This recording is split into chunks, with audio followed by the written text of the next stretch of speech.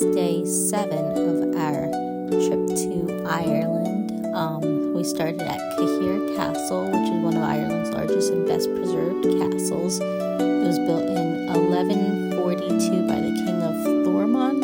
It was besieged twice during the Irish Confederate Wars and was in the Cahir family from the 1600s to 1961 when the last Lord Cahir died.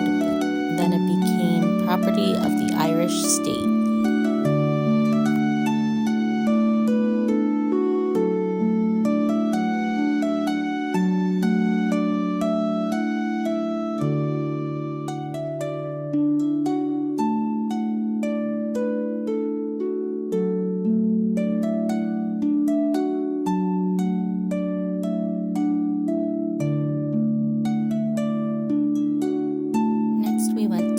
Rock of Cashel, which is also known as St. Patrick's Rock.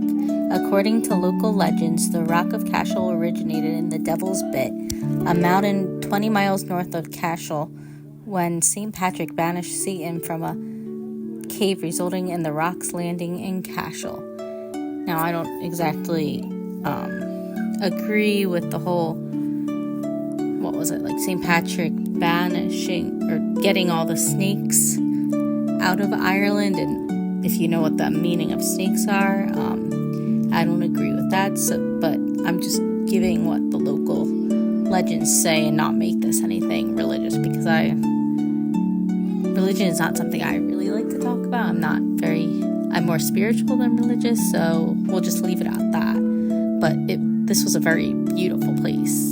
The scenery was beautiful. I love going to old places, so lots of history. I like history. But anyway, I'll get back to some history of Cashel. It's reputed to be the site of...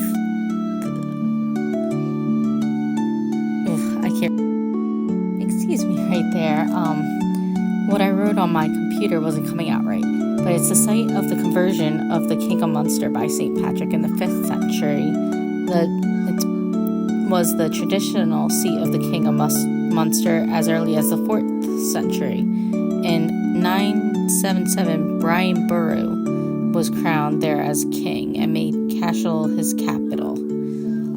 Few remnants of the early structure survive. The majority of buildings on the current site date from the 12th and 13th century. And I guess this is some things that they found here. And I also have some I love the way that looked. It was very cottagey, and that's kind of why I took the pictures. I thought it was cute. Anyway, like, comment, subscribe. I'll see you next time.